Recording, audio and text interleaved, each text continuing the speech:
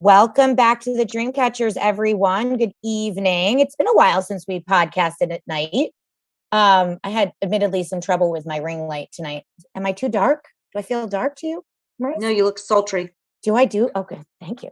Your hair is awfully dry. My hair. I literally said to Shaun when he got on, I was like, "This is the life of a working parent." Like I literally was in the shower at 6:58. Like that's just the truth. But I was logged in and my video was off. Welcome to Shaun Jay. I'm so happy to have you here. We're going to talk about Shaun in a moment. Have you introduce yourself to our audience? We are live on Facebook. If you see me looking down, it's because I also act as our social coordinator here, trying to just make sure that people know we're live in case they want to tune in. So I'm going to just do that while we are chatting. So we have Shaun here tonight, and I wanted to take a minute and just do some housekeeping to start. So for those of you that know, obviously, and those of you that don't know, we have three pillars of our podcast. We have one called What's Your Story, where we just interview people that we think have a cool career journey, career story. And typically it's in the corporate world where we talk about somebody's kind of climbing of the ladder. Then we have something called What's the Matter, where we talk about a specific matter or subject. And then we have something called What's the Word, where we actually interview somebody about a word that we feel is inspiring about them and about their business. And then we talk about what that word might mean as a mantra to them. So when I received Shaun's application to be on our podcast, which shameless plug, Shaun found us, which we're going to talk about in a moment. Marissa and I have spent 20 years in our lives and all of our businesses hustling and selling. And it is a nice, beautiful breath of fresh air to get solicited by someone else. So Shaun found us, which we'll talk about in a moment.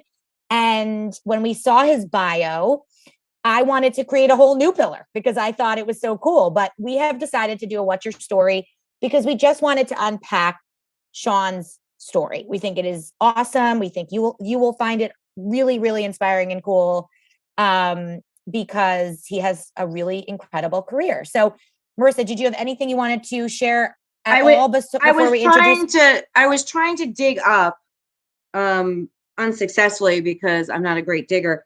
I think that this is our 75th podcast.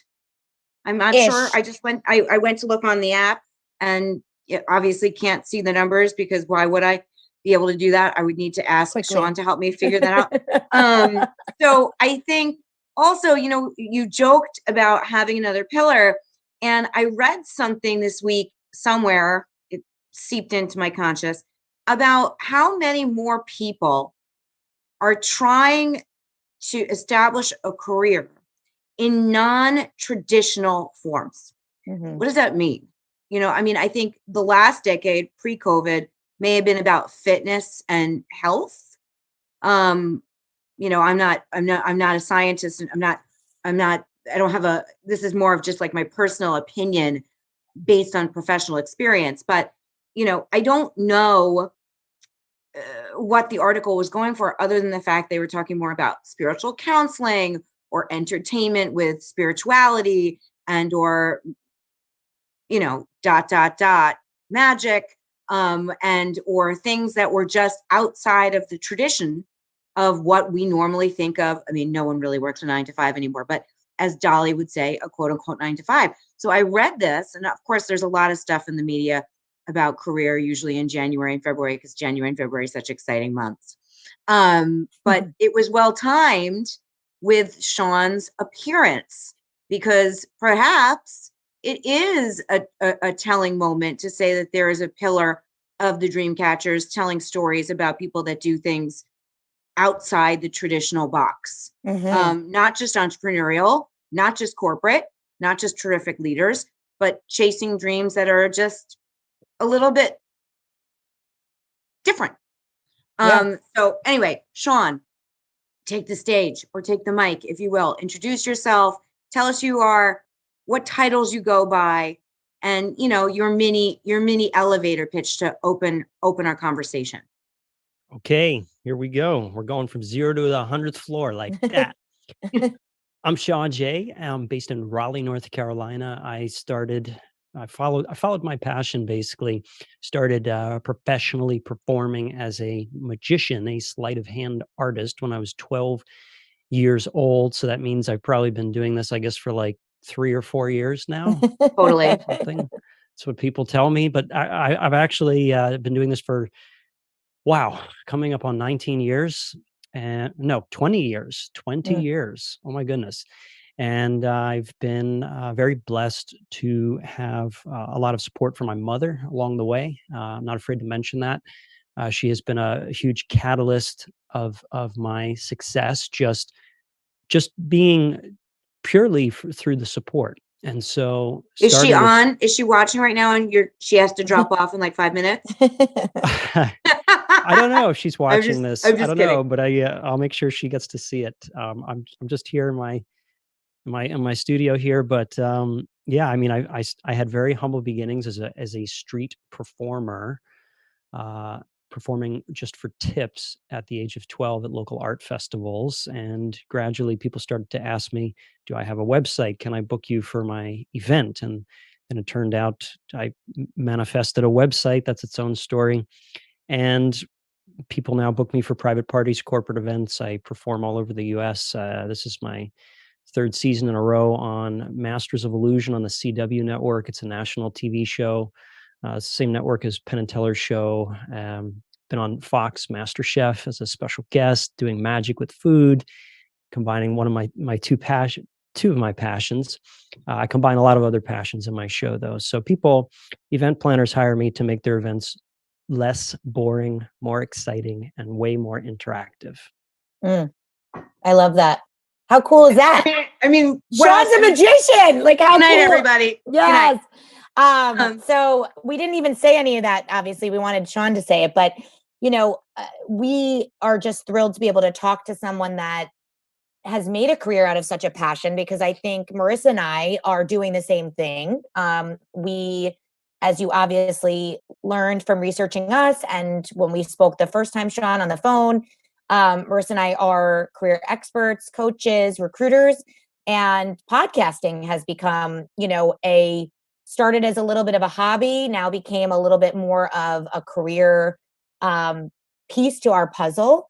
And it is a passion of ours. It's something that we love doing. Marissa, as we always say, which we'll talk about next, about what you want to be when you grow up, Marissa wanted to be a newscaster, right? So she's not really a newscaster, but here she is on air delivering a message, which is a really cool thing to be able to say that we can do as part of our living, which is, it's pretty awesome. And thanks to me.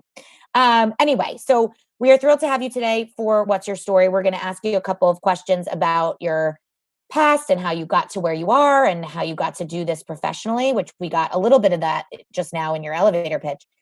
Our favorite first question, being that we are the Dreamcatchers and we talk about chasing dreams and catching dreams and dream jobs, we like to talk about what people wanted to be when they grew up. Now, granted, we now learned that you were already practicing magic at 12. Is a magician what you wanted to be when you grew up? And if not, is there any other memory that you have as to what you wanted to be professionally? Yes, I have multiple memories. Prior to magic, I actually wanted to be a professional skateboarder. Okay. And that Cool. I was talked out of that one by my parents due to the very physically dangerous nature of that, and me going to a skate park when I was around that same age, like between 8 and 10, and attempting to drop in on the ramp and going straight backwards and busting my, what, Mhm. and many other things that got smashed and hit in the process. So, yeah, I wanted to be a professional skateboarder. I was really into Tony Hawk and all those PC games. I grew up on that. Then, I was into martial arts at a very young age, actually, ever since I was in diapers, actually.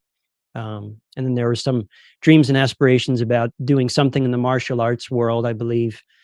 But yeah, those are martial arts, skateboarding. It's all just an extension of art. Skateboarding is an art. If you look at people like Mhm. Rodney Mullen, who invented all of the street tricks. And then I was always an artist as a drawing. I would do highly detailed pencil drawings. I would go to the library and just sit there with a sketch pad and draw anime, draw comic books. And so it was probably one of those three things, but I guess magic really stuck when I was 12 and it just hit home for me. That's awesome. And, I just have to say, which we didn't get a chance to talk about before we got on air, based on something that you just said. I just have to sidebar for a moment. When I first met Ming, we came into his studio to do our first ever podcast. We were being interviewed on somebody else's. And our friend Carrie Balog, who does Brand Groupies, which is a brand podcast that we love. Hi, Carrie. And she had us on, and we walked into his studio. And admittedly, like Marissa admitted before we came on, she said that she didn't have a lot of prep on Shaun because she wanted to actually genuinely ask him these questions.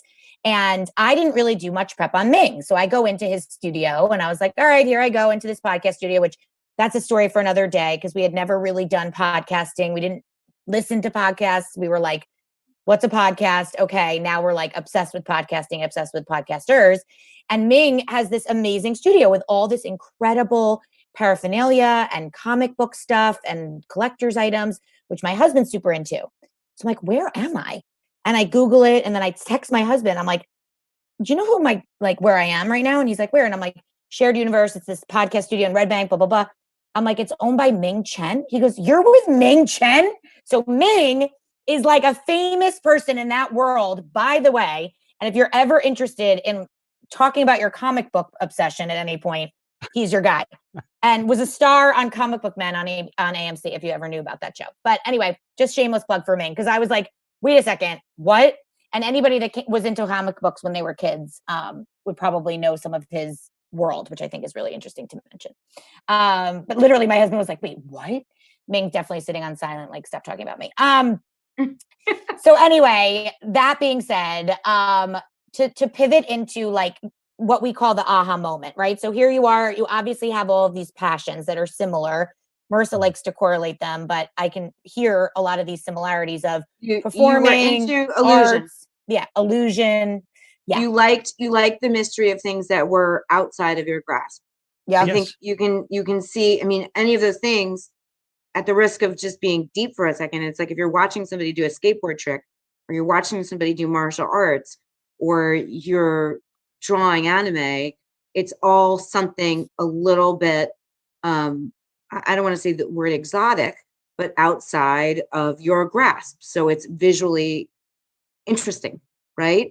Mm-hmm. So normally I connect the dots and it's like more of a apples to oranges. I feel like yours is directly into it's a non-traditional, straightforward correlation. I agree. So tell us about your first job. So you were getting tips on the street, right? Did you work at all at that time? Like, what was your first real job? Like, did you do anything at that time of your life when you first started working to earn a paycheck that was not magic? And how did that go? The simple answer is no. I actually never have had another paycheck source W2 of income. Job. Stop. Wow. Seriously. Wow, that is really real, unique and amazing. Never anything? Like never worked in a restaurant, the pool club? Like the closest thing that I could correlate to that was I had over the years, but it was in the context of magic, worked in a restaurant, going table to table after the right. patrons order their food. So you intuitively discovered the magic at 12, right? And then instead of having traditional teenage jobs, you were hustling that as an opportunity. Yes. And wow. So Shaun's not at the Gap folding sweaters. He's entertaining people at 16, 17 years old. Yes, pretty much. Not pretty much. That's actually what my life was growing up. I had this, not to compare it to Michael Jackson, but that was just like the first name that came to my mind, just, starting really young and just like being really passionate. I had obviously a much more supportive parenting structure there than Michael Jackson has, and had zero plastic surgery. But my point was, like, I found my passion really young, And I really didn't have a typical childhood. And I don't really regret that, because like you said, had really different passions and different way of growing up. I was definitely not your average kid, and I was okay with that. And people kept asking me, "Oh, don't you want to go to these parties? Don't you want to have like 5,000 friends and go see all these friends?" And I guess because I was just so in my own little world, it didn't matter to me. I was having so much fun, just whether it be in the library or whether it be in my room, just practicing sleight of hand or reading books. And yeah, very inward driven and just very high concept everything. So it didn't really matter to me. And that's how I grew up. Just real, real linear. I mean, Tunnel vision, as we call Tunnel it. vision Yeah. on something that's not tunnel vision. Yeah. yeah. I love like it. that. I love that. That's wild. Because, by the way, I guess we can skip our aha moment. He had his aha moment like in the womb. He's like, I'm going to be a magician. Ta-da! And this It is wasn't what's gonna aha, happen. it was Ta-da. ta-da. It was a ta-da moment. Good. Yeah. Ta-da moment was, because by the way, as you obviously know, and not to say that you need to have listened to all of our episodes to know this, most people that you interact with, I'm guessing, they have, career is so much a part of our identity, right? So you were able at such a young age to identify the correlation between your identity and your career, which is like, I think most people's major issue. The bulk of their like, growing up life what's and my their dream? middle age life, trying to figure out what you figured out young. And then you've had to backfill how to make what makes you tick, pay your bills, and put a roof over your head and hustle and have, I'm guessing if you've never had a first job, then you've never had any other jobs. So, other than the jobs you've created for yourself, which is very inspiring. Yeah. So and not for the faint of heart, mind you. No. Thank you for bringing that up. No, it's not. No. I think you have to have a certain kind of ethic. And obviously we're getting a sense of that even in these first few minutes. So take us on that journey then. I'd love to hear, because typically, obviously, we'd spend this time talking about your internships or, so did you go to college for any of this, or did you go to extended school at any point? Or was this like right out of, high school, or how did this start? Yeah, great. What, professionally doing what I do? Yeah. Great question. So yeah, it really did start professionally when I was 12 years old. And I guess I say professionally because I was making an income. That is professionally. By literally just setting up a folding wooden sandwich table and a clear glass jar with the word tips on it. That's literally all it was. And it was, very raw and to the point. And it's kind of like people enjoyed it, they tip. If they don't, they walk away. Very simple. And I was terrified of doing this kind of thing. And because I was a very shy child growing up, you'll find if you read into backstories of magicians, even people like David Copperfield, they all were very shy, and they still are actually off stage. But we learned to grow and get outside our comfort zone. But it was just all like my entire life is, well, everybody's life story should be about just getting outside of your comfort zone, because that is where all the magic happens, outside your comfort zone. And it started from being very uncomfortable at the age of 12 to like putting in all of these reps as a street performer from 12 to about 18, 19. I was doing every weekend, Friday, Saturday, Sunday. Friday, 7 shows a day, Saturday, 7, Sunday, 7. So I was doing 21 shows per weekend for many weekends. Who was helping you? Your mom? Who was helping me? Yeah, well, of course I couldn't drive, so she would. And then the operation, like taking the money, scheduling them, like, I mean, not for nothing, a teenage boy, whether he's very focused or not, is not always the definition of organization and an Excel spreadsheet. Oh, totally. You figured it out. Oh yeah, and I'll be honest, like Excel spreadsheets and all of that stuff never was really my thing. It's still not my favorite thing, but I was always really good with the computer. So I mean, anything that I learn on the computer, I pick up pretty fast. But yeah, so from 12 to 19, 20, in fact, till fairly recently, I mean, she's been, I mean, she's still a huge part of my business. obviously my biggest fan. I'm not afraid to talk about this. A lot of guys feel embarrassed, but I mean, really, I really wouldn't be where I am without her, because I went from this very inward, shy child. And how did she help? It was her that said, "Hey, I know there's some like festival this weekend. Hey, want to go? Let's try it out. I'll drive you. Let's go. Let's see. Bring your tricks, She your bag of brought tricks. you Let's see to what what happens." your joy was and didn't try to change you. Let's try it and see what happens. You got nothing to Not lose. easy. I give her a lot of kudos for that. So Mhm. did you end up going to college though? Yes, I did.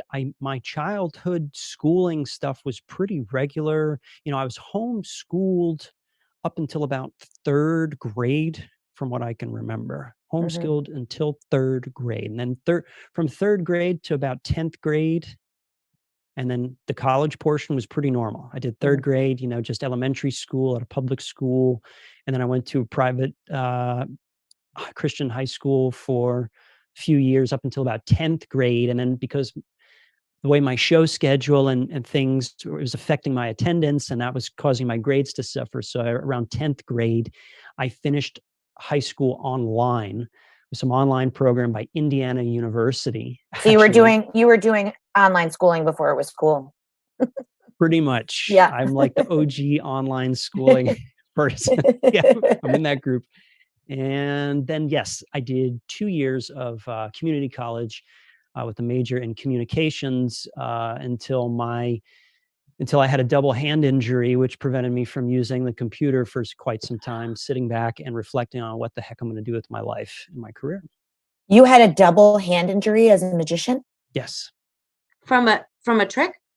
No, it was carpal tunnel syndrome from most likely tons of computer use. Since I'm like one of the original millennials growing up in the early 90s, was when the internet was exploding and everybody was just like obsessing over the computer. So I was one of those little kids that would be obsessed over the PC games and just on the computer so much. And maybe martial arts had something to do with it, like hitting things with my hands, building up scar tissue or something. But then what tipped that over the edge was in 2013, I was getting ready to be on that show, MasterChef. I actually had to develop some cooking skills. And so I was brushing up on those and doing a lot of this chop, chop, chop, chop, chop, chop, chop in the kitchen, repetitive hand motions, peeling things over and over and over and over again. And I think that repetitive stuff combined with everything else just kind of culminated. And yes, I had carpal tunnel, both my hands. I was working at a gig, and I remember I was holding props in my hand, and it kept like slipping out of my fingers and dropping on the floor, and I kept picking it up, and I would try it again, and then my fingers would start to feel weak again, and the thing would fall on the floor. I said, "What is going on?" And I tried it one more time, and then all of a sudden, both my hands started burning like they were on fire.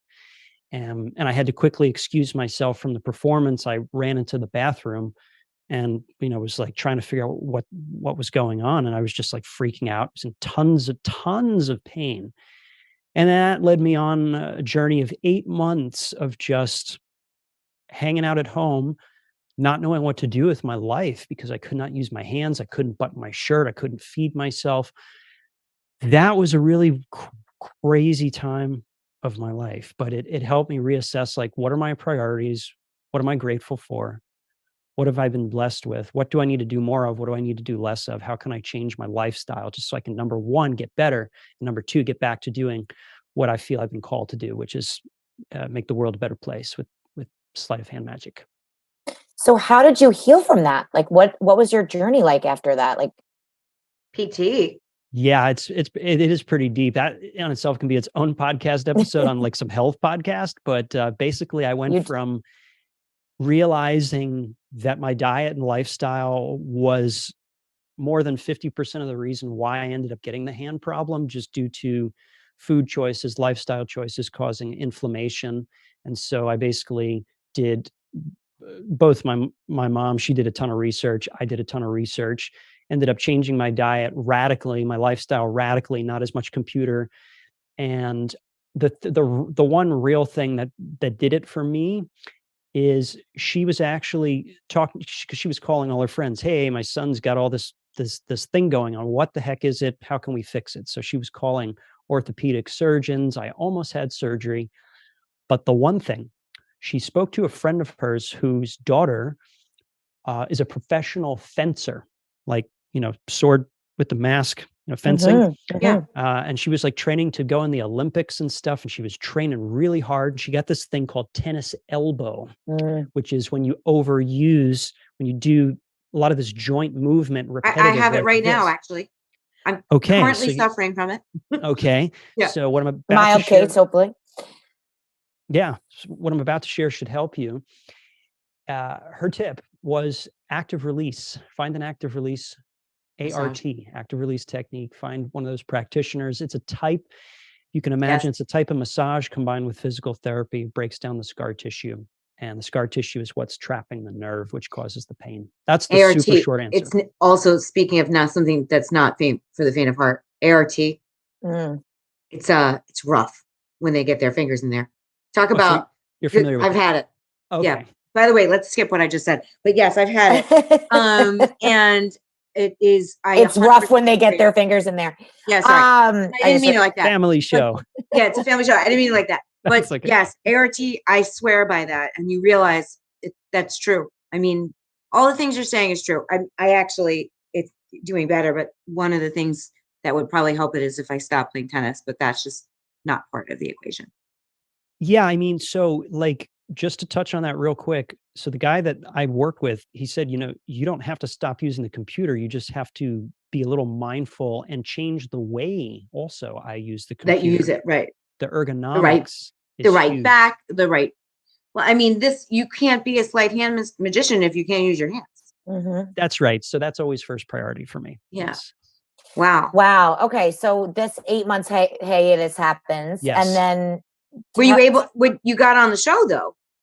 So it was after everything was taped, and literally the summer that it was airing, I was suffering in pain watching myself on the show. Yes.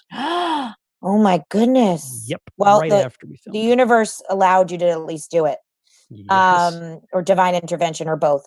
Okay. So that happens. So walk us through kind of now the current phase of Shaun Jay Magic, right? So what kind of gigs are you doing? What do you have on the docket now? I'd love to also hear a bit about, not spoiler alert, but what's behind you, for example. So sure. When I was on the phone with Shaun for our first conversation, he shared with me that he did some pivoting, which we like to call it in our industry, career pivot-ish, or kind of side hustle, if you will, to this magic that he's performing on a regular. So talk to us a little bit about that, how you started to book these gigs, et cetera, and then how you then pivoted into some of the other work that you're doing. Right. So the street performing is what got me my reps and introduced me to a lot of people really fast, because I was just constantly, it was like speed networking. I mean, just meeting all different kind of people from all different walks of life. And as I mentioned before, I started getting asked a lot, do you have a website? Do you have a website? So interestingly enough, this is probably one of the reasons why I got carpal tunnel also. Someone promised to make me a website, a connection of mine, and I waited and then I waited and I waited for like over a year. People were still asking me about this website. Being the homeschooled, do-it-yourself kind of guy that I am, I ended up teaching myself how to build websites. So I actually made my own website because nobody did it for me. And that was a lot of computer work. So that helped kickstart everything. I started directing people to the website. People were booking me for private parties, corporate events, smaller scale things. Actually, you know what? When I was in my teens, I actually did something for Sarah Lee out in Scottsdale, Arizona, James Cagney night. They brought me out there. So that was a big thing that happened when I was like, that's so cool, 16 or 17.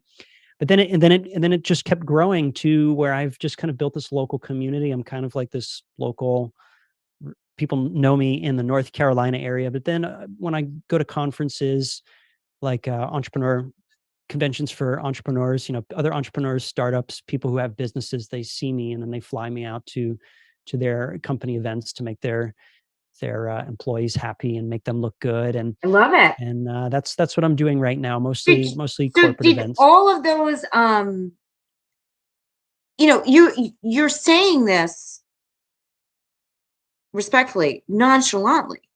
It's not easy to get those contacts. No, it's Like not. So you just happen to be in the right place at the right time and get on MasterChef, where you just happen to, right. That's what I'm saying. So I think I enjoy your humble storytelling, but I'd love to understand, like, it is not, first of all, it's not even easy to get into HR and marketing to allow them for you to be the person that they spend their money on to entertain. Like, so that's actually a great question. So just to piggyback on Marissa's question for a moment, one of the things that, Shaun, you may not realize, we may have discussed actually when we first spoke, and our audience may not even know, we do a lot of career coaching now, where career job search strategy, networking strategy, how to build your orbit, your web. So I find this question really important because we call it our dream network. Everything we do is dream something. And I think Marissa and I pride ourselves on our orbit, our web. And, that's why we call even the Dreamcatchers community, the Dreamcatchers web, because it really feels like once you're in it, then you can connect within it, which is really what it's for. That being said, obviously we're having people on our podcast, and that's how we created our network. How did you find, is it been a lot of word of mouth? Is it just hustle and looking up companies? How have you found that granted, you've been doing it for 20 years since you're a little kid. Yeah. So I get that, but some of these conversations that you are saying are uphill battles, and the words "never give up" need to be screamed over and over and over and over so that you don't. And you're doing it alone, without a team. Unless you have, maybe you have a social like maybe at this point you might have people helping you with some of like a little more the help other now. stuff. Yeah. A little but more like now. To get there, or to open those doors for you, or to get into the companies, it's not easy to do. How have you done it? What has been your magic sauce, if you will? Like, how have you found that it's mostly word of mouth? Magic sauce is a little bit of salt, a little bit of cayenne. No. Okay, really? If you really want to know, I did it the old school way. Honestly, I did it the old school way, and the old school way is what requires the most effort, but I don't know how much of this you can do now with all these distancing things. Yeah. I really was knocking on doors, like physically going to places, talking to people a lot when I was younger. And I was so for all of your listeners, listen to this. If you don't hear anything else I say, just remember this. I was absolutely terrified and dreaded every single moment of it. So what you're seeing here is glossy and all smiles and all fun, but I can tell you that it was not easy. I was terrified. I was kind of, I had gentle prodding, of course, along the way by, one of my earlier mentors that I would just talk to and just kind of give me gentle prodding. And I just said, all right, I'm just going to have to do this. And so for me, I was doing a lot of that. It was visually showing people what I can do. That in my line of work always helps sell the product. Start the conversation, sure. Me and what I do. So I would encourage any of your viewers or listeners that even if they're not a performer, to visually show people or demonstrate your product. And if you don't have anything that you can demonstrate, at least demonstrate who you are as a product, basically extension of your team, because you are your own marketing. If you have the world's greatest product, unless you're of course like a big brand like Apple can, they can pretty much say to people whatever they want and people will buy their product regardless, just because they're Apple or Nike or whatever. But like, if you're not in that case, which most people aren't, people like to know who they're dealing with. And a lot of time, especially now these days, marketing is so like there's this big wall and nobody wants to talk to each other anymore. That's what I've seen. People just don't want to pick up the phone. They don't want to talk. And it's kind of like the old is becoming new again. It's like, if you actually just start talking to people and like helping people understand who you are as a person, and that you could be someone trustworthy to do business with, I think that's going to be very helpful. So you know what I think you just did is like started like a revolution, sales, a sales training. Yeah. Like this, what you're saying, unbeknownst to you, is how people are trained in B2B sales. Okay. Yeah. Which, by the way, is a thankless, difficult role if you're emotionally not set up to do it. So I have been in sales my whole life. Yes. I am a terrific salesperson when I believe in what I'm selling. Yep. Yeah. If I'm not into it, I've never been the type of salesperson. I am not someone that sells ice to an Eskimo, because an Eskimo does not need ice. So I have always been a very emotional salesperson.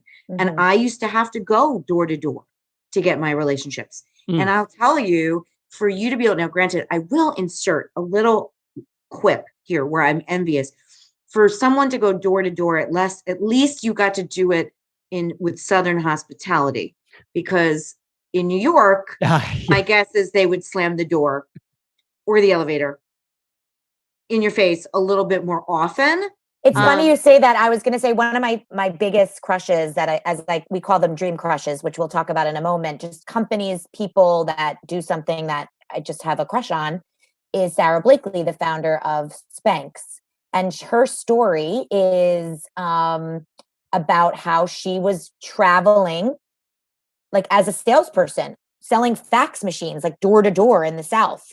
And while she was traveling and trying to sell these fax machines, she didn't like the way her skirt would lay on her body, and would take pantyhose and cut them so that her body would like fit better into the shapewear, if you will, underneath her skirt. And that's where she invented Spanx, which is now the number one, underwear lingerie company in the world.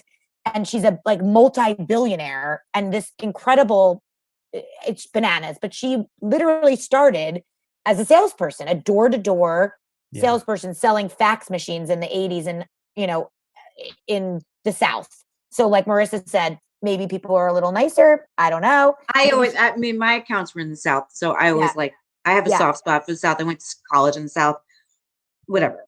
Anyway, I think what you explained is, if I were to write your resume, which you don't need one, I could, you're the founder, you're the chief of business development.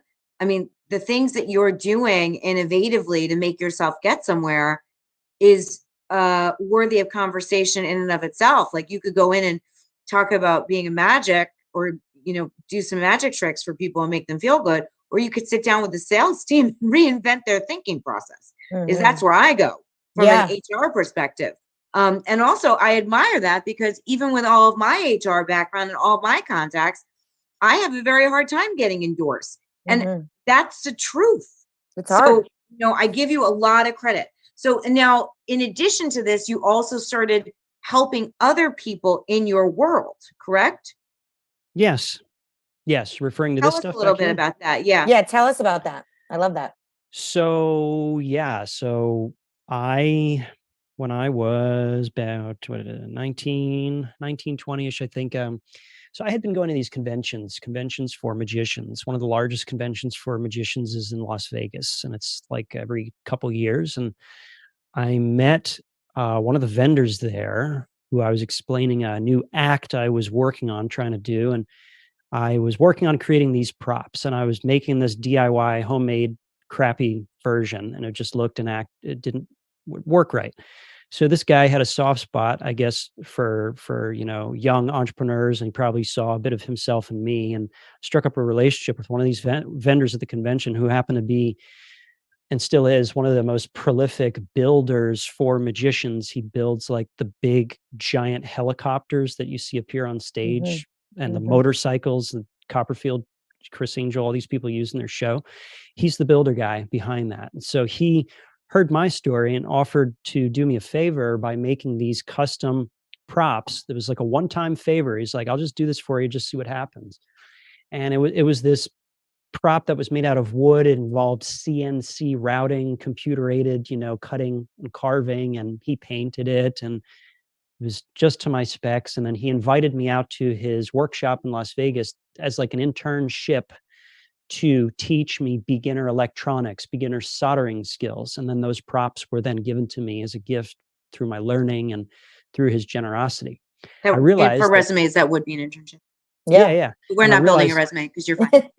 I'm building my resume, yes. But you don't need it. But yes. We don't need it, but yes, if you needed it. Yes.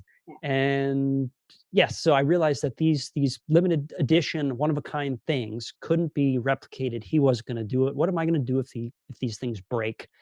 And at that time, I had been just hearing about 3D design, 3D printing, being able to design a file of something and be able to replicate it on mass scale if you wanted. And I was like, oh shoot, maybe I could do that too. So sure enough, that was something else. I took it upon myself to teach myself that, and took his props and spent 6 months, took me 6 months to do this, because I was literally teaching myself every little minute move as I go, just a little measurement here, a little measurement there. And pretty soon I made my own file of a exact replica of what he made me. And then I used the money that I saved up to buy an entry-level printer. And I made backup copies of those props. And then I was like, shoot, if I could do that, maybe I can make custom props for my show. And so I then did that. I have custom props that I built using 3D design, 3D printing, and electronic skills. And that makes me different than other performers. People are getting to see something different. And then I started reaching out to other magicians. I was like, hey, you have a project you're working on? I might be able to help make it a reality. So I've been transforming other magicians' dreams into reality. There's been some pretty legendary people that I've helped out in my industry. And then I'm like, shoot, okay, this is a small industry. Why not open it up to inventors just in the world? And so I've now been helping inventors, just people who have a regular 9-to-5 job, but they've been dreaming up this thing that's been on the back burner. And then they, sketch something on a napkin, give me some measurements, and then I turn that into a piece of 3D art, which then can be sent to manufacturing for mass production. So that's been, I didn't expect it to go that way, but 2020, when COVID hit, I had more time to think about stuff. What the heck am I doing with my life? And so I just improved my knowledge of all of this. I upgraded my skill set, how to use more professional programs, and I just turned it into a business, which it's not really that far off from what I'm doing now. It's still magic. It's still taking an idea and magically transforming it into something, reality. So, Shaun, do you sleep? Huh? Do you sleep? I do. I really prioritize my sleep. I try to go to bed. Do you drink coffee? What goes on with you? No, no coffee, never caffeine. I never started drinking coffee. I don't like caffeine. It makes me too hyper. I'm actually I operate on a slower pace than you'd think, but I'm really deliberate, and I have a tendency, I'm sure I have some form of OCD, because when I lock on something, I really obsess over it. And that's why I'm able to do what I do. Fair. So yeah, pretty much anything that I really am passionate about, I will go full-fledged, crazy. It's a switch. There's no sounds a little familiar. Yeah, I know some people like that. You're describing me. When I have an idea or a project, I'm like, you are the epitome of the American dream right now. You're a self-made hustler that doesn't feel like he's hustling. You're creating pipelines of opportunity for people. What next? What do you want to do? Where are you going to bring all this? I mean, sales training seminars. So, see, Marissa. Who doesn't call me a psychic? I don't. I knew it. That was exactly what I said. Could happen. Maybe very well. Well, I mean, you belong. You heard it here. You heard it here. I'm sure you've heard it before. You've heard it here. But you belong on the stage, engaging others, using the magic as your, for lack of a better way of putting it, your party trick, literally, catalyst. So that you're a catalyst, but you're engaging and teaching others to find their inner strength. I mean, what you've done is literally a gift. Like people don't know what to do. Like we've been explaining for 20 plus years what you've done 6 different ways in this conversation. Yeah, it's so true. Just like innate skills that you like obviously networking. Yeah. Like you're like, oh, I casually just like went out to inventors. Like, where are you getting those names from? Like, how are you finding it? Like all that stuff. People don't know how to do that, Shaun. It's called it's not innate. Here's the one word that will change it all for everybody. If you have something that you want to do bad enough, it's called necessity. It's like, how bad do you really want to do this? I honestly, I really did say to myself when I was 12 years old, I'm going to be a famous magician one day. I'm going to be well known for what I do. And on my tombstone, that's going to go on there. And I didn't care what anyone else said. And I think it's also important for your viewers and listeners to know that the reason why I bring up my mom so much is because it was actually she who gave me the most support. And I didn't really have that much other outside support, because when I was 7 or 8, my mom and dad split. My dad was kind of like half on to what I was doing, half off. He always wanted me to go to college and get a degree in English. And I do have to give him credit, because he would always, when I was younger, harp on me the importance of mastering English. At least, I guess, if you're in the US. If you live in Japan, then it's a whole other story. But if you're a US business-based person, mastering the written English and the spoken English, right, your communication skills, it really will help you everywhere. And he's absolutely right. So between his advice, and then my mom's big push she just wanted me to succeed as a magician doing art. It was just a matter of like necessity. So, oh yes, what I was going to say was, when my stepdad later down the line, he was totally against everything that I was doing and everything that she was trying to support me doing during my formative years. It was crazy difficult. And we were doing it out of necessity to prove someone wrong, to prove all the haters wrong. And it really was, I hate to sound cliche, but that literally was my life at that time. It's so true. And I think you're onto something, regardless of anybody's, circumstance. When I have these career coaching conversations with people and they'll say, I've just done everything I could possibly do and I'm so frustrated. And I'm like, okay, so walk me through what you have done so far. I hate to generalize because it's not always, but I would say 99% of the time, they've only just scratched the surface. Yes. Right? People don't have. And I'm like, no. Like, let's start over. Like, we gotta. It's fair to judge because not everybody has. Yeah, and that's why we do what we do, because we dig this deep. Exactly. And I think what Verse is saying is that you have this innate skill because you've had to.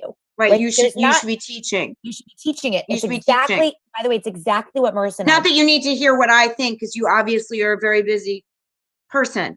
But I'm hearing you, and again, I didn't research you before this conversation.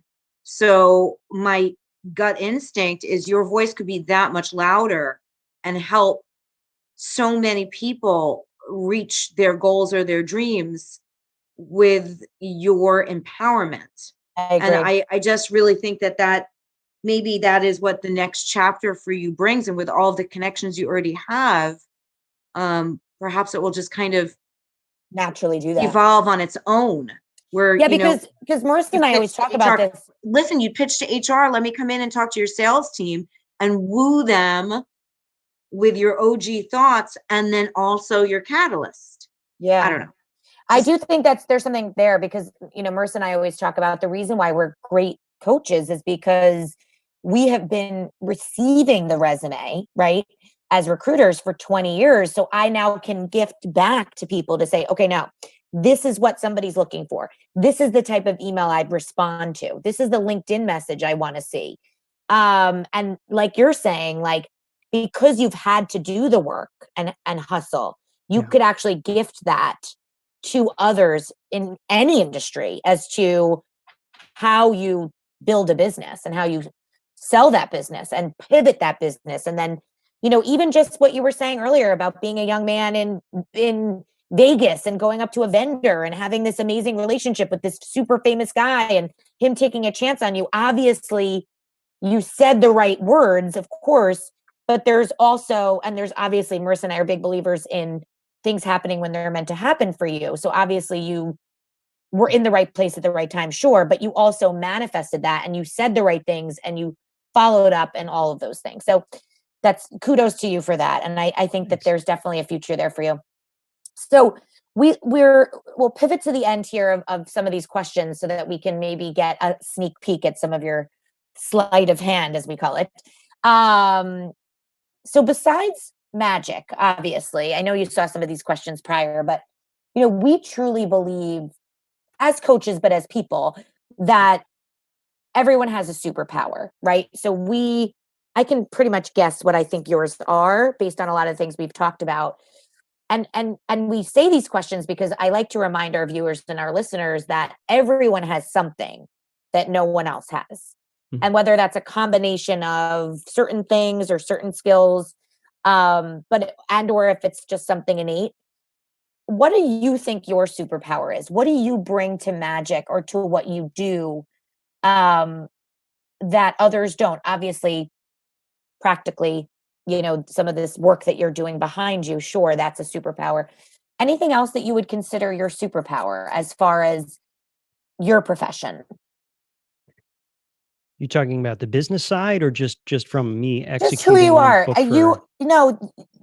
you are. Like, for example, I like to repeat this, not every episode, but I do say it a lot. Mine, I've said this since I was a little girl. I bring sparkle to everything I do. So like, that was something that I used to struggle with as a kid. I was loud, I was proud, I was shiny and sparkly and glittery, and that's just always who I've been, whether that's physically or emotionally, like, on an actual piece of paper or just my personality. And now I see that as a superpower, right? You give me a project, I can make it clean and pretty and final and mistake free. And I think that's a superpower that I can bring to any job that I'm working on. So got it. I'd love to hear what you think you might think yours is. Yeah. Okay. So I've been told repeatedly that I can just pick up new skills really fast. And I think that's proven in this conversation. Yeah. Or teach yourself new skills. Yeah. I don't know. I think it really is a superpower. I really can't explain how I do it outside of like, I have something that needs to get done. And it's just like, I might be frustrated. You're going to figure it out how to do it. Yeah. I'm just like frustrated with other people that have tried to do it for me. And I'm just like, screw that. Just let me do it myself. And then I learn how to do it and I end up doing it better than the other person. I mean, it's not always the case. And I definitely have learned a lot about delegation over the past few years. And delegation's always good if you can get to that point. Marissa, what do you think of that? How do you like delegating? Marissa has some trouble with delegation. Not amazing. Good thing her partner is sparkly. It always helps to have a little sparkle, a little magic to your life and business. I love that. And I think that's a really important skill. And I think that's just the idea of identifying your own superpower. Maybe let's say self-starter. Yeah, self-starter, learning new things quickly, teaching yourself new skills. I think that's important. But that stems from having the mindset of, I can do this too. Rather than I can't, or I don't have enough experience, or I'm never going to blah, blah, blah, or any of this negative crap self-talk that people give them. And even I do it to my own self, and I have to catch myself. And I say, and I might, hear by myself, and I might look like a fool if I, people watch me do it, but I often catch myself and I go, whoa, hold on a second. Is that I can't, or is it that I'm too lazy and I just don't feel like it? Let me, let me just sit down for a second and try this. I'm like, wow, I actually can do this. That delicate balance, right? Of like figuring that thing out on your own and then also being comfortable enough to delegate that item. So like Marissa and I always talk about this. It's like, where do you not give up, but like, where do you give up and say, okay, I'm either going to teach this skill to myself or I'm going to have the wherewithal to delegate that skill out or outsource that skill. And I think that's a really delicate balance as you grow in any job or career. Is figuring out what it is that you're good at, identifying those things, and then either it's the real crosswords. Okay, I'm going to teach myself this. Like I built our website too. I hear you. Like, I've taught myself graphic design and web design and social media and all this stuff that I've needed to do in order to build our business. And then there's times where obviously you can outsource things, whether it's financially, emotionally, practically, anything. And then there's other times that you have to teach it to yourself and you have to kind of strike that balance. So I think that's a really important superpower. And I think that's very inspiring because I think that a lot of people don't really think about that as an option. I think people are more often stunted in whatever it is and say, well, I can't do that. I'm not going to do that. I can't do social media. So I'm just like, not going to do social media or whatever it is. Right. Oh my God. That happens a lot. All the time. I don't know how to do it. I can't understand it. So I'm just like, not going to do it versus I'm either going to learn it or I'm going to find somebody to teach me how to do it. And that's it. And there's all sorts of free courses now. And listen, you're barking up the right tree because we agree. There's always a way to teach yourself to do something new. I think that's a great skill set. And then as far as you've said a lot of things tonight, as far as advice, what advice would you give to maybe a young magician or artist that is considering making a living out of their passion? Anything that stands out? I mean, not to put you on the spot. I'm sure there's a lot you could say, but yeah, obviously it's the cliche stuff of never giving up and things like that, but would love to hear just your advice for a budding artist, musician, anyone out there that is trying to do something non-traditional, or has always toyed with that and never thought it was the reality. Yes. So skipping over the cliche, never give up, because that's always a part of pretty much anything you pursue in life to be successful. I would say if you're an artist, I would say throw yourself to the wolves like I did and do your art in a public space if you can on a regular basis. See how the public responds to it, see how you feel, see how long you last doing that. And I know that sounded kind of nefarious, but like the truth of it is, if you can last, and if you go to do your art or display your whatever and it still gives you joy, excitement and joy, and you're looking forward to doing that, and you really get like an adrenaline buzz from doing it, and it's just every time you do it, then you're probably on to something. But if you start doing it and it's just like this big letdown, and every single time it is, maybe that's not for you. Because all I can tell you is I can't explain it in words, but there's this indescribable joy and passion and fire that emanated within me when I was 12 years old. And it was just like, wow, this is just so cool. I can't believe I'm getting to do this. I can't believe people are paying me. So yeah, basically it's like, find out how bad you really want to do what you want to do. It's not even wanting to do it. It's, do you enjoy it? First of all, do you even like what you're doing? Don't do it just to impress your family. Don't do it just to look cool in front of your friends. Do it for you. Mm-hmm. I did it for me. Not because somebody came to me and said, you know what, you look like you could be a really good magician. Because if they did that, based on looks and the way I wouldn't fit the bill. Mm-hmm. I was just like, no, this is for me. I enjoy this. And therefore, because I enjoyed it, it lit the spark that kept me moving forward. And it's fulfilling your, like, you're able to sustain your pace. Mm-hmm. Like the pace. Not all the time. Okay. Yeah. Most of the time. Fair. Thank you for being human for a second. Yeah. Totally. I think I was like, okay, he's superhuman. No. No. Yeah, because this is it's a pace. Mm-hmm. And at some point, oh yeah. At one point he was saying he was doing 21 shows in a weekend. Right. And I mean this in all due respect, at some point in probably this decade, you're going to say, you know what? I love this. I just don't know if I want to do it this way anymore. Oh, totally. Because it just gets too taxing, or you have other things in your life that you want to prioritize on in your 30s and 40s. We won't say any of those things because I don't know what they look like for you, but I know I have them on the other side of this door. Yeah. And it doesn't allow you necessarily to do that kind of life as much anymore, if that's what you want.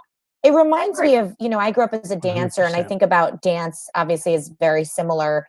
And, there, you get to a point, whether it's age or family or lifestyle or circumstance, that the day-to-day of magic is not necessarily going to be, you're not going to just like gig, but now we're doing all these props. Maybe it's sales trainings, maybe it's more, group settings.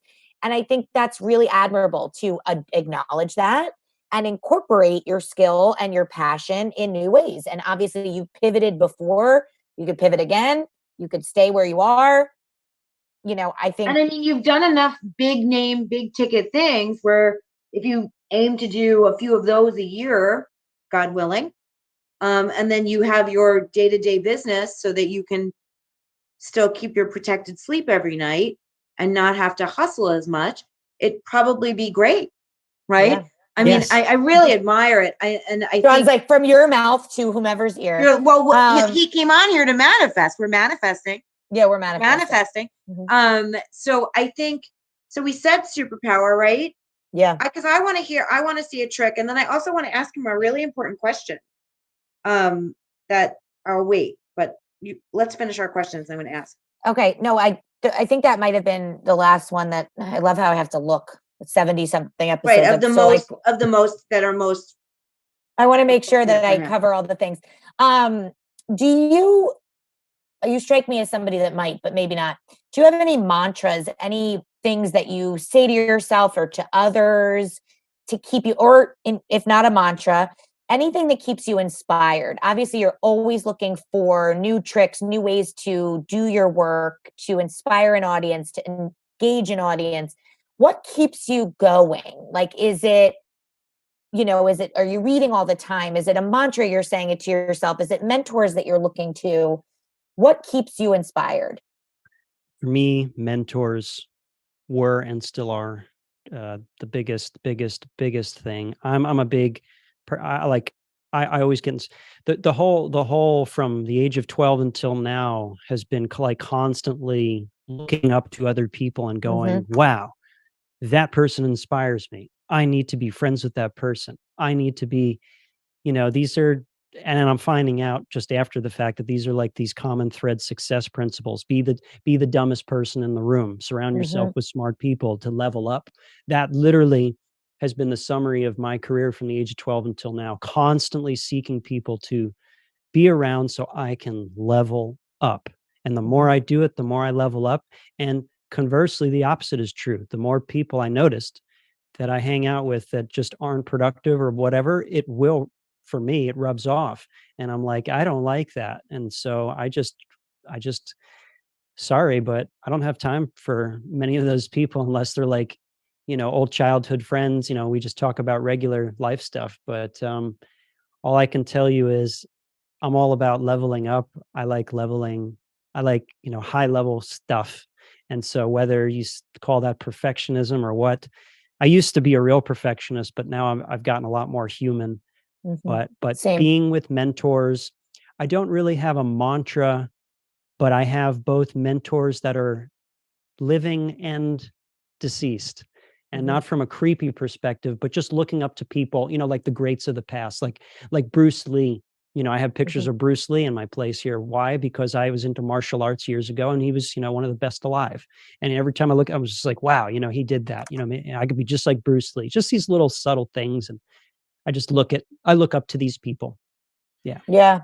I think that's really good advice because, again, our listeners tend to be job seekers or people that are looking for change or some sort of inspiration, something to hang their hat on. And I think, it doesn't have to be a mantra. Marissa and I tend to have a lot of mantras. We say a lot of things. Then again, we give advice for a living. But, if it's mentors, if it's just people that you've never met, people that you get to see all the time or anyone in between. But that's really good advice. We always say vibe attracts your tribe. It's surround yourself with people who lift you up, who make you better, who challenge you. If you can't do it every day or at work, you do it after work. You can go to a drink with someone or a coffee with someone that inspires you, that you feel like just listening to what they have to say will make you better. Or you listen to you listen to the Dreamcatchers podcast and that lifts you up. I 100% agree. I think that's a Great piece of advice. So the last real question before Marissa asks her question, we conceptualize something that we call the dream crush. We used to call it the brand crush. For those of you that are fans of the Dreamcatchers podcast, you can tell the difference. We've always said brand crush. We have some exciting things happening this year, some rebranding of stuff that we're doing. And we're really, to be honest, trying to create everything under the dream umbrella to be dream something. That's the real tactile reason. But really, if you think about it, it doesn't need to be a brand. We've always said brand crush, but it can be a person, an idea, a thing, a company that you, in your case, another magician maybe, that you just have what we call a dream crush on, which is, they are doing what you would, die to do, or you just think what they're doing is so incredible, or the way they run their business, or the way that they, market their product is incredible. We ask this question for two reasons. One, we love to just know your answer because we think it's cool. But two, we share those products or things or places or companies or people because we find that could be inspiring to someone, right? So somebody that's listening to this might say, I'm going to now look up Shaun, follow him, make sure I'm constantly kind of seeing what he's up to because his career path inspired me. And then maybe I should follow along at what Shaun is crushing on, because if he likes it, then I might like it. So it's just another way to inspire people in their job journey, to seek out places that lift them up, actually, speaking of the last question. So do you have any, what we would call a dream crush, a company or a person or a thing, a brand that you just can't live without, or has inspired you along the way, or you think is just killing it as far as how they run their business? Yeah, I mean, wow, there's so many people I could list here. I mean, I could list people in the magic world, people in the public. But since we're on a podcast, I would say my my bro crush would be definitely John Lee Dumas with EO Fire. He was a guest on my podcast.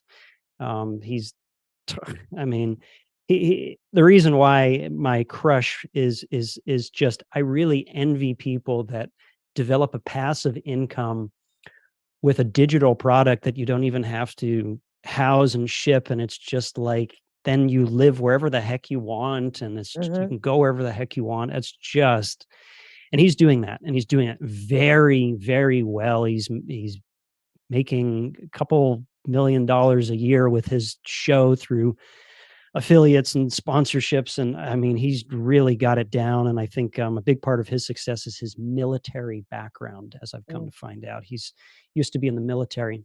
And I think it's that, rigid, consistent schedule or whatever. He's just keeps sticking to it, just like with military precision. That's very inspiring to me. I love that. And I forgot, by the way, that you had shared with me that you also have a podcast. Not that I forgot, because I didn't forget, but I forgot at the beginning of this conversation to mention that. What is your podcast called? It's called Making Magic with Shaun Jay, the Making Magic podcast. It's creative conversations to get your gears turning, just like these gears here. I like it. And I bring in some of the most creative people in the world, creative thought leaders, and we break down specifically their creative process, things that they've created, things that they've achieved through tapping into that creativity.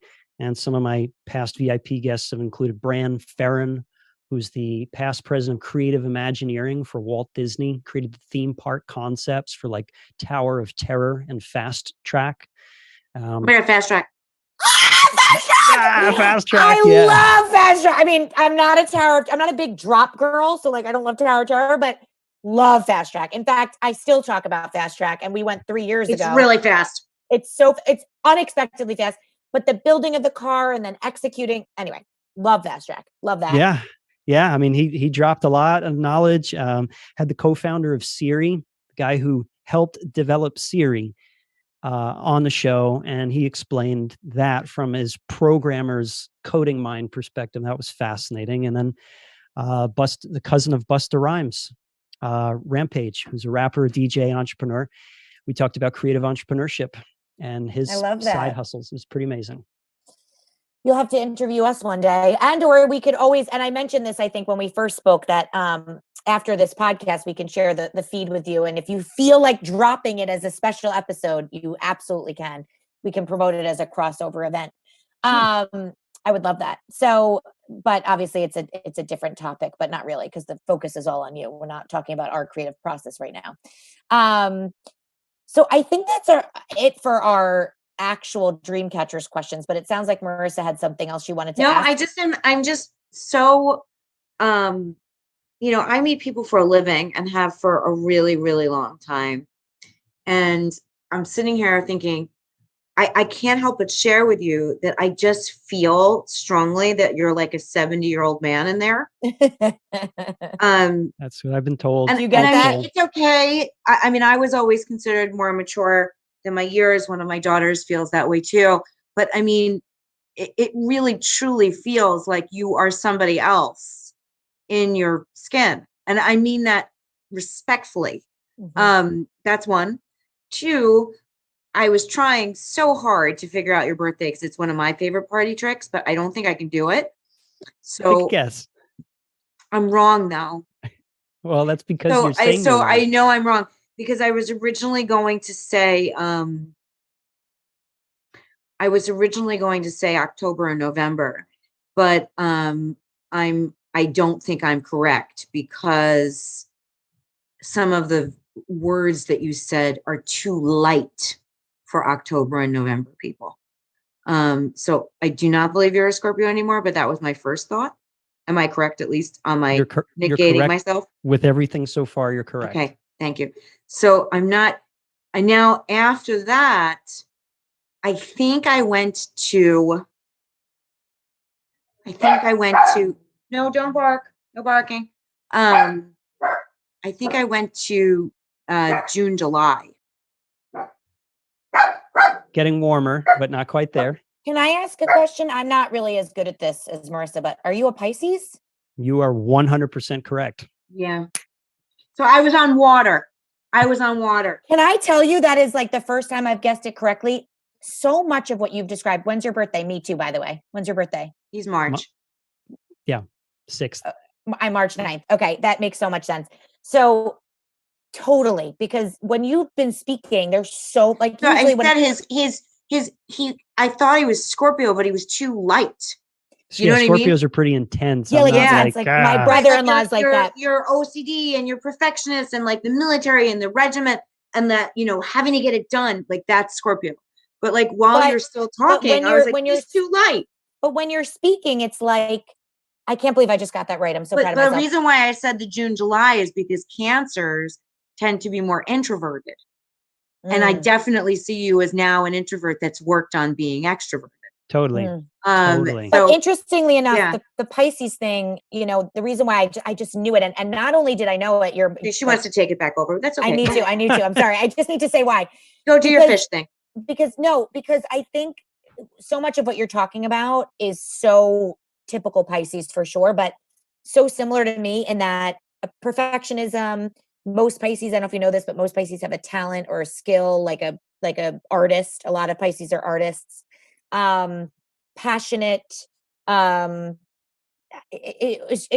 just could tell. And the perfectionism thing is a unique skill, piece of a Pisces that a lot of people don't like to admit, but I'm 100% on board that's a layer of us where we have like a fixation about us. When we have a idea or something in mind, we got to like have to do it, and we're going to do it all the way to the end, and we're probably going to do it better than the person. Like when you said that, when you're like, you know what, I could do this myself. Like whatever this person's trying to do for me, I'm just going to do it instead. That's literally when you got me. I'm like, he's a Pisces. I don't know why. I just like knew. All right. And then my other question, one more. Yeah, do a magic trick. Yes. I wanted to ask you deeply, do you believe in magic? Yes. Okay. That's what I thought. So do we. Yes. 100%. So I believe in magic. I also believe in the illusion that magic creates. I feel like it's two different things. They are. The way I explain Santa and the fairies and the Easter Bunny and all the things, I believe in all those things to this day. Hi, everybody. I'm a middle-aged professional woman. I believe in all of it. 1,000%. Throw me a mermaid in the sea, I believe in it.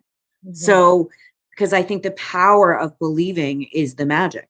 So I just, wanted to see, especially when you're creating visual illusion, you have to believe some of it yourself.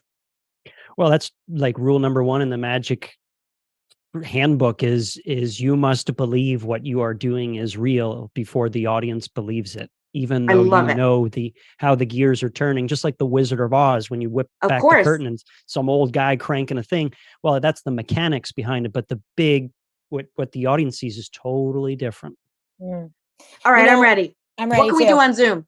Marissa, by the way, I just have to say one thing. Marissa and I went to a show in the city pre-COVID.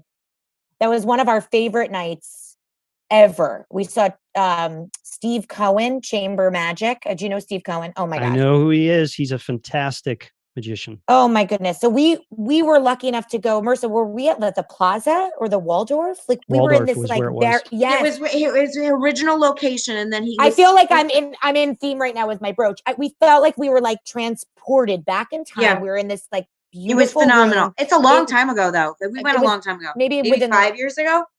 Maybe between 5 and 10. Yeah. My dad went, and this is the way my dad operates. He goes to something, loves it, buys tickets like that day for all of us to go again. Not always, but like Broadway shows typically. But this was the type of things he's like, I went to this and we're going tomorrow. Like, that's it. Like, we're going. And so he took all of us, me and my sister and our husbands. And it was like one of my favorite nights. Did you ever do the other one, Jamie? No, there's another one that a lot of people are doing. I've done both. I don't want to do him a disservice right now. Another guy in the city. He's a very famous guy and he was in Tribeca, more of a downtown vibe. Steve Cohen is like more uptown vibe.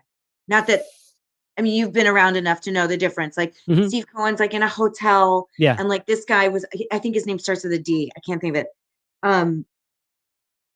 Oh God, what's his name? All I know we'll find it, but it was in Chelsea. I'll look for it. Chelsea's while you're nice. It is nice. And then also the foodie. Do you know the foodie magician? He's another fun New York one. Yeah. I've seen him. But his whole thing is like his is gimmicky about food. And I don't know what he's doing now, but the other guy is a well-known. Marissa, it's not Dan White. Yes, thank you. Oh, yeah. That was at the Chamber, the Chambers Hotel. No, the Nomad. Yeah. So Marissa, met Dan. I didn't get to go to Dan White, but I've heard great things. But amazing. It's just incredible. And we were sitting in these like chairs right in front of him, and you're like, there's no way that's real, but it's 100% real. Like, there was a big surge of magicians on Zoom during COVID, right? I was one of them. Yeah, I love it. Good for you. Had to. So speaking of magicians on Zoom, let's wrap with. We prepped him, by the way, you guys. We were like, "Are you prepared if we ask you to do a magic trick?" You should have said that. It should have been like, "Oh, I don't know. Let's figure it out." Yeah, let's figure it out. So give us do something quick and easy, so that so I don't want to keep you much longer. Also quick and easy. Well, it's very important since I'm on the Dreamcast podcast. It's important to realize the importance and unimportance of money. So money is important. It's very important. It gets us what we want, but money is really just a tool. And unless you apply any of these things that we've been talking about on the podcast, different types of marketing, different ways of presenting yourself, different types of work ethic, that's the real magic, how you change it into real return on your investment. Was that too fast? Anyway, I didn't even see that coming. Was it too fast? He's going to slow it down for us. Okay. Oh my God. If that was too fast, we'll do it one more time. Please. Now, a lot of people say, "Hey, Shaun, that was really, really quick. I was not expecting that at all. How do you do it?" Well, I use a thing that I learned in New York of counting money. How many bills do I have here? 4. 4, right? Well, if you were to go to a certain part of New York, you can go 20, 40, 60, 80, 120. Wait a minute, 20, 40, 60, 80. You see 4, but it looks like there's a whole lot more. 20, 40, 60, 80, 100. It looks like I have a lot more money. And if I was a real magician, if I was a fantastic magician, I could do exactly what you were probably thinking in your mind is, hey, if he's any good, can he turn those into hundreds?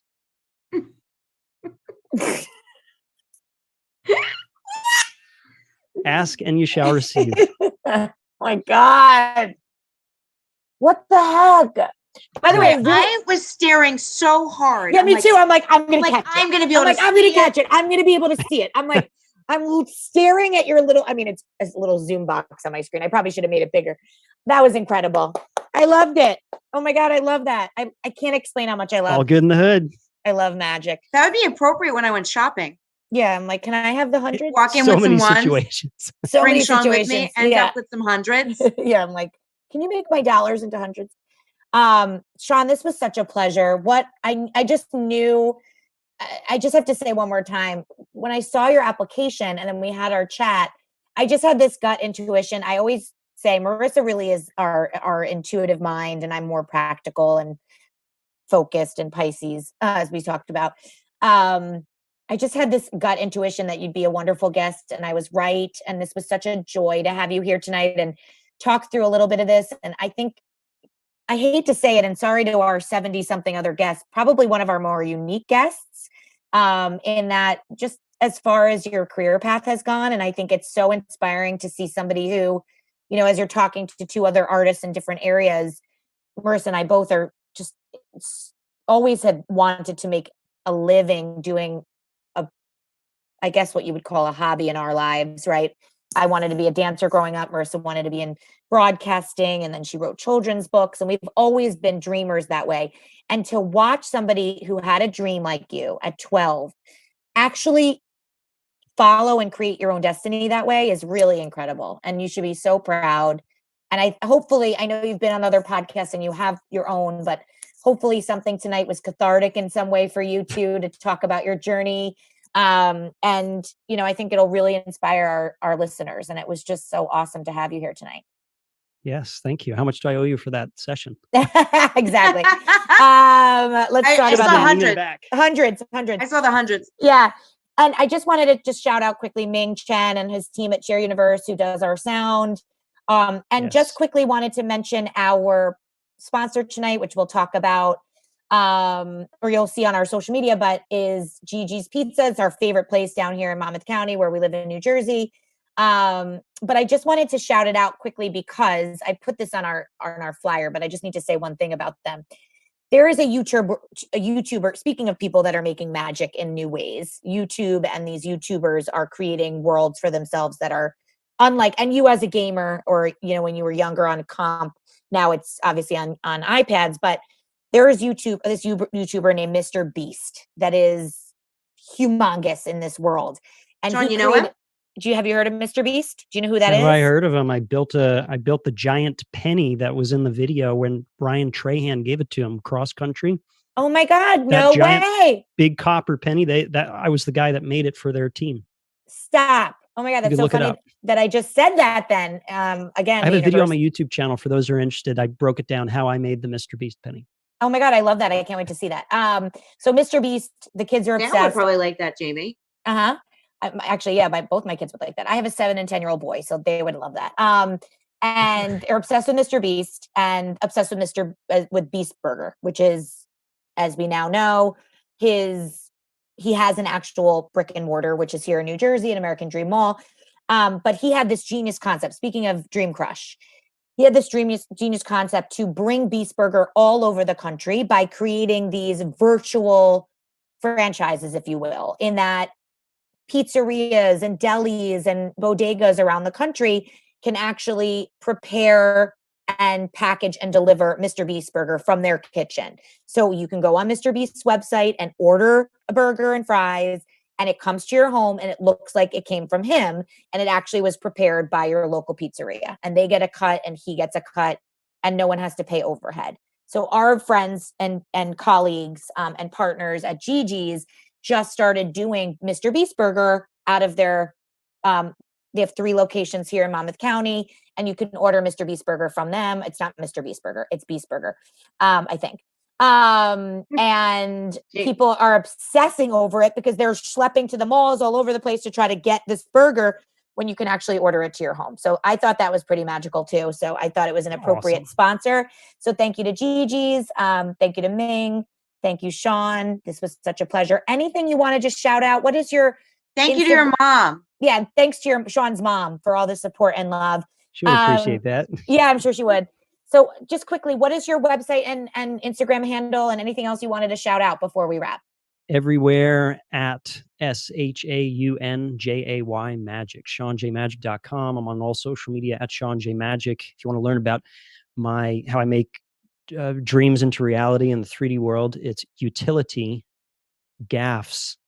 GAFFS, utilitygaffs.com. It's a weird name, but for those that know, you know. And once you know, now you know. If you don't know, now you know.